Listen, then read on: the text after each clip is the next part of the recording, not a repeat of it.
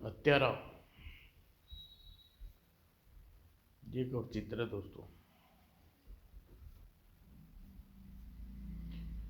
क्यों पूछो बाबा, आपको क्या लगता है इन शहरी सैलानियों की क्रूर हत्याओं के पीछे कौन हो सकता है?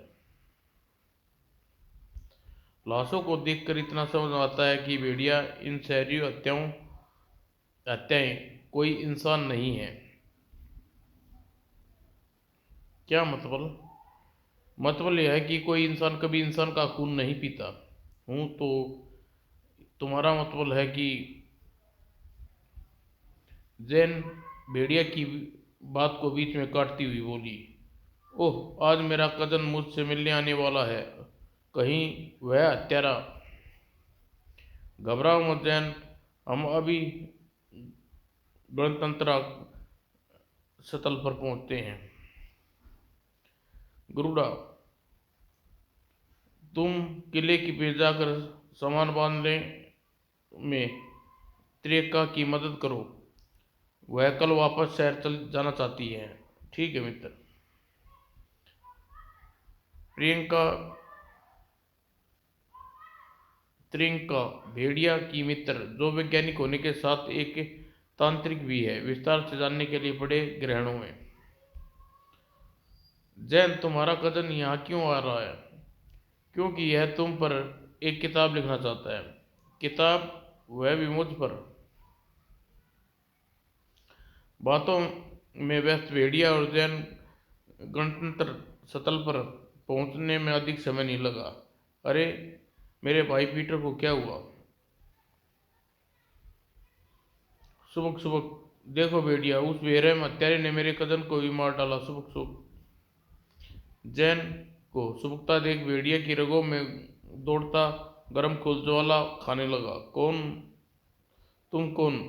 और इसे किसने मारा? मैं तो कागुरा कबीले का सरदार कापूंग का बेटा काना हूँ, और पेशे से गाइड भी हूँ।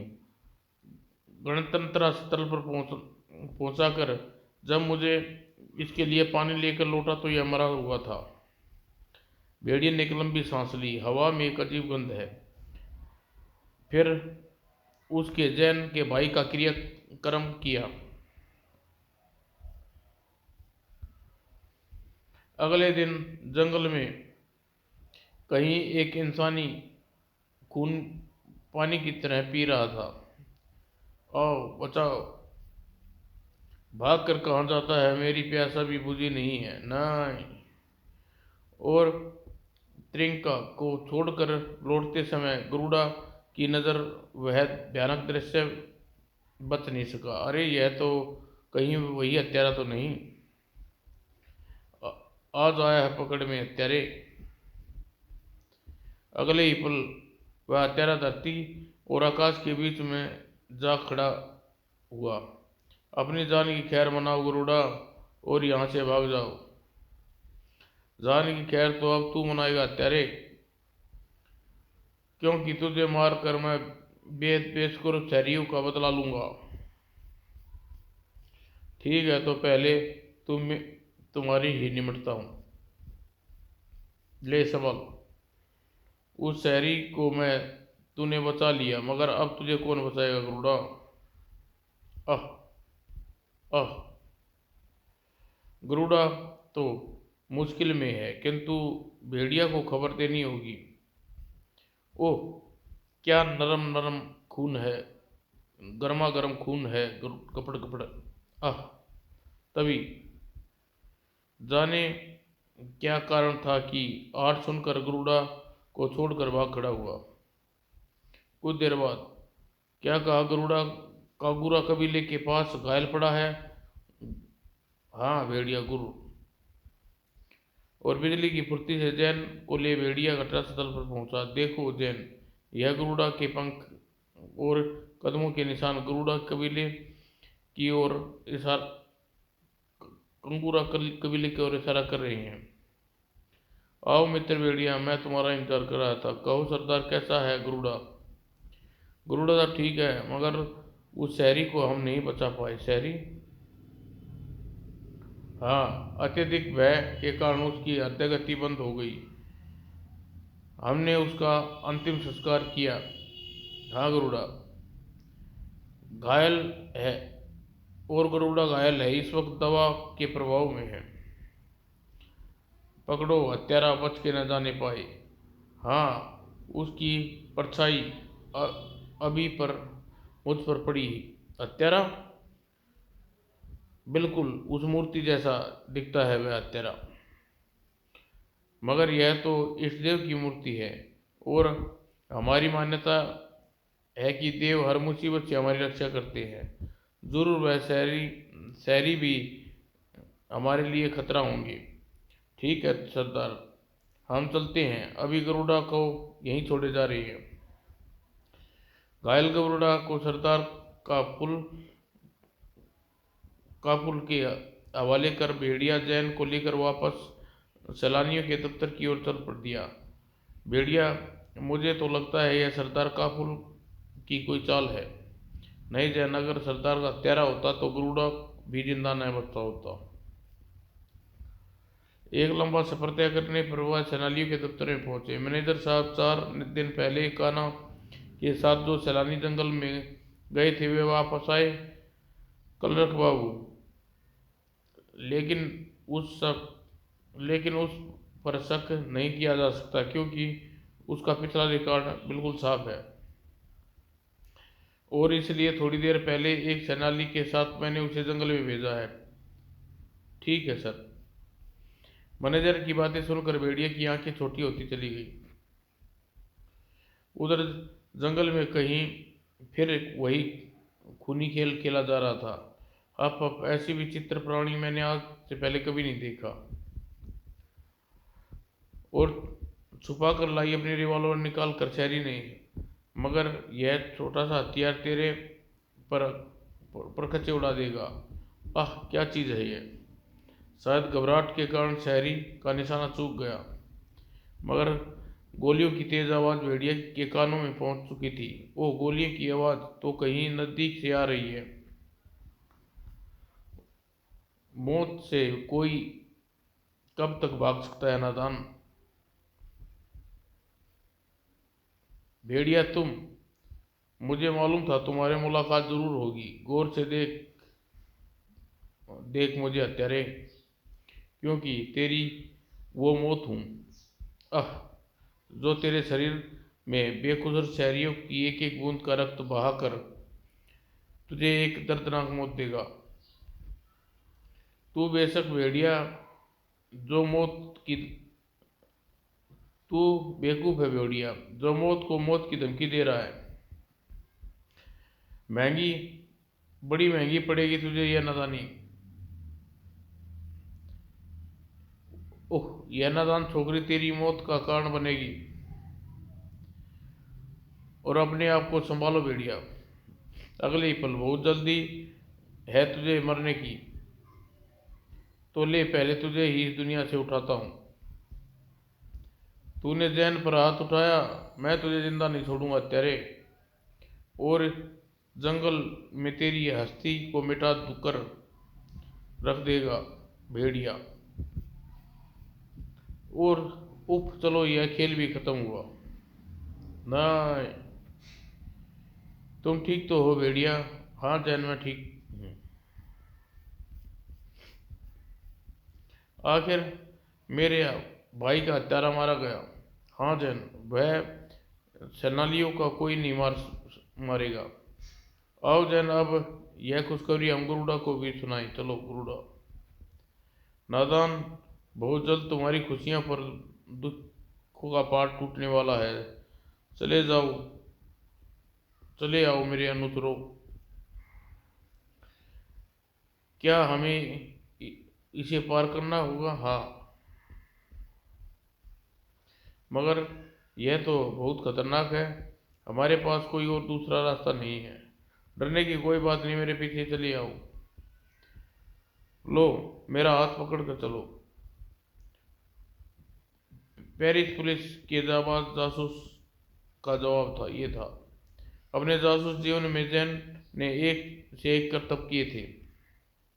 सिर्फ फर्क इतना था कि ऊंची इमारत पर छलांग लगाती फिरती थी और यहाँ थी खाई के ऊपर बना पेड़ का पुल। मगर इस खाई की गहराई कितनी होगी? यही कोई 300-400 मीटर। 300-400 मीटर, शायद थोड़ी ज़्यादा भी हो। अचानक यह आवाज़ कैसी? जल्दी करो, यह विचित्र जीव हमारी ओर आ रहा है। लो संभालो अपने को, वरना नीचे गिरोगे। तुम्हें मालूम नहीं भेड़िया, मैं हवा में उड़ सकता हूँ। हत्यारे, अब अब देखना, यह क्या तुम लोगों को उड़ सकते हो? संभालो। लो जैन, तुम भी इसको लेकर ऊपर पहुंचो। कोई चिंता नहीं, मैंने तुम्हें पकड़ लिया है। शुक्र है भेड़िया, तुमने मुझे भी बेलों पर झूलना सिखा दिया था। और तुम भेड़िया, मेरी परवाह मत करो, तुम जाओ। हाँ तुम जाओ, क्योंकि भेड़िया, परवाह करने को मैं जो हूँ। मैंने ठीक कहा ना मित्र? हत्यारे को अपने पास देख। भेड़िया मौका का फायदा उठाया। बिल्कुल ठीक कहा मित्र। अब तुम कहो हत्यारे, यह कैसा रहा? बहुत बुरा। आह, चाहे मेरा पूरा शरीर छलनी हो जाए, तुझे नहीं छोड़ूंगा। भेड़िया को भारी देख हत्यारे ने पैतरा बदला। गड़बड़। ओह, इस तरह तो यह हत्यारा मेरा सारा खून पी जाएगा। और विचित्र जीव पूछ को चट कर जाएंगे। भेड़िया, अब तेरी मौत का समय आ चुका है। मेरे लिए यह खतरनाक अनुयायी तेरा सारा खून पी जाएंगे। नहीं। खून के प्यासे जीव भेड़िया पर जोक की तरह चिपकने लगे। मर भेड़िया, इतनी जल्दी हार मानने वाला कहाँ था? उफ, बस एक बार मेरी पूछ पत्थरों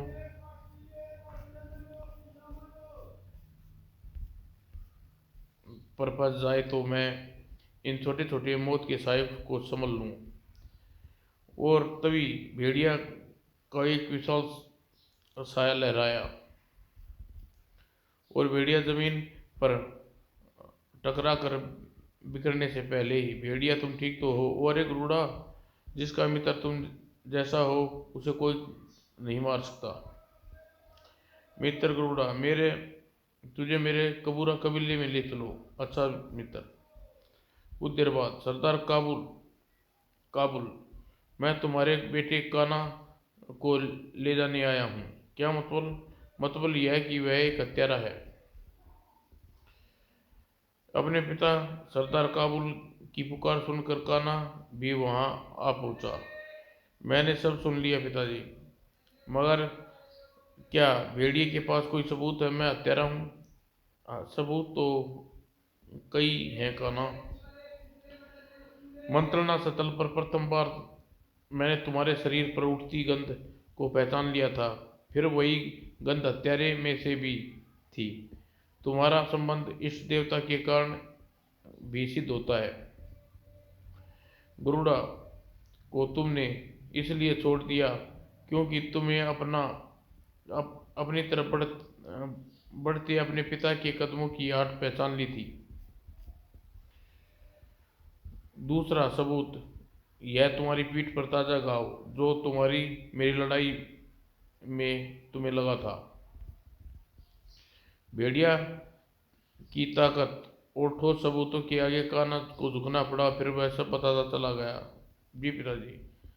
लो बेटा, यह इस देव की अंगूठी पहन लो, क्योंकि तुम 25 वर्ष के हो चुके हो। इसे कभी मत उतारना, नहीं तो इस देव तुम्हें श्राप देंगे और कबीले के कामों में मेरा हाथ बटाना शुरू करो।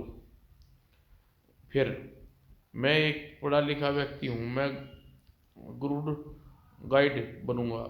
और इन बातों में विश्वास नहीं करता। मुझे क्षमा करें पिताजी। और अगले ही पल, यह क्या होगा मुझे, यह क्या हो रहा है, मैं शैतान बन रहा हूँ। फिर मैं न चाहते हुए भी शराब से मजबूर होकर हत्याएं करना चला गया। सुबह सुबह सुबह मुझे क्षमा कर दो। इसी बीच जैन व शहरी भी वहां आ गई। हमने सब सुन लिया। भेड़िया, तुम इस हत्यारे को कभी माफ न करना। नहीं जैन, कान्हा ने जो किया वह शराबग्रस्त होकर किया। यह बेकसूर है। और मैं विश्वास दिलाता हूँ कि अपने तांत्रिक बाबा से इसका इलाज करवा कर इसे जल्द ठीक करवा देंगे, ताकि यह और हत्या न कर सके। बिल्कुल ठीक कहा। समाप्त दोस्तों।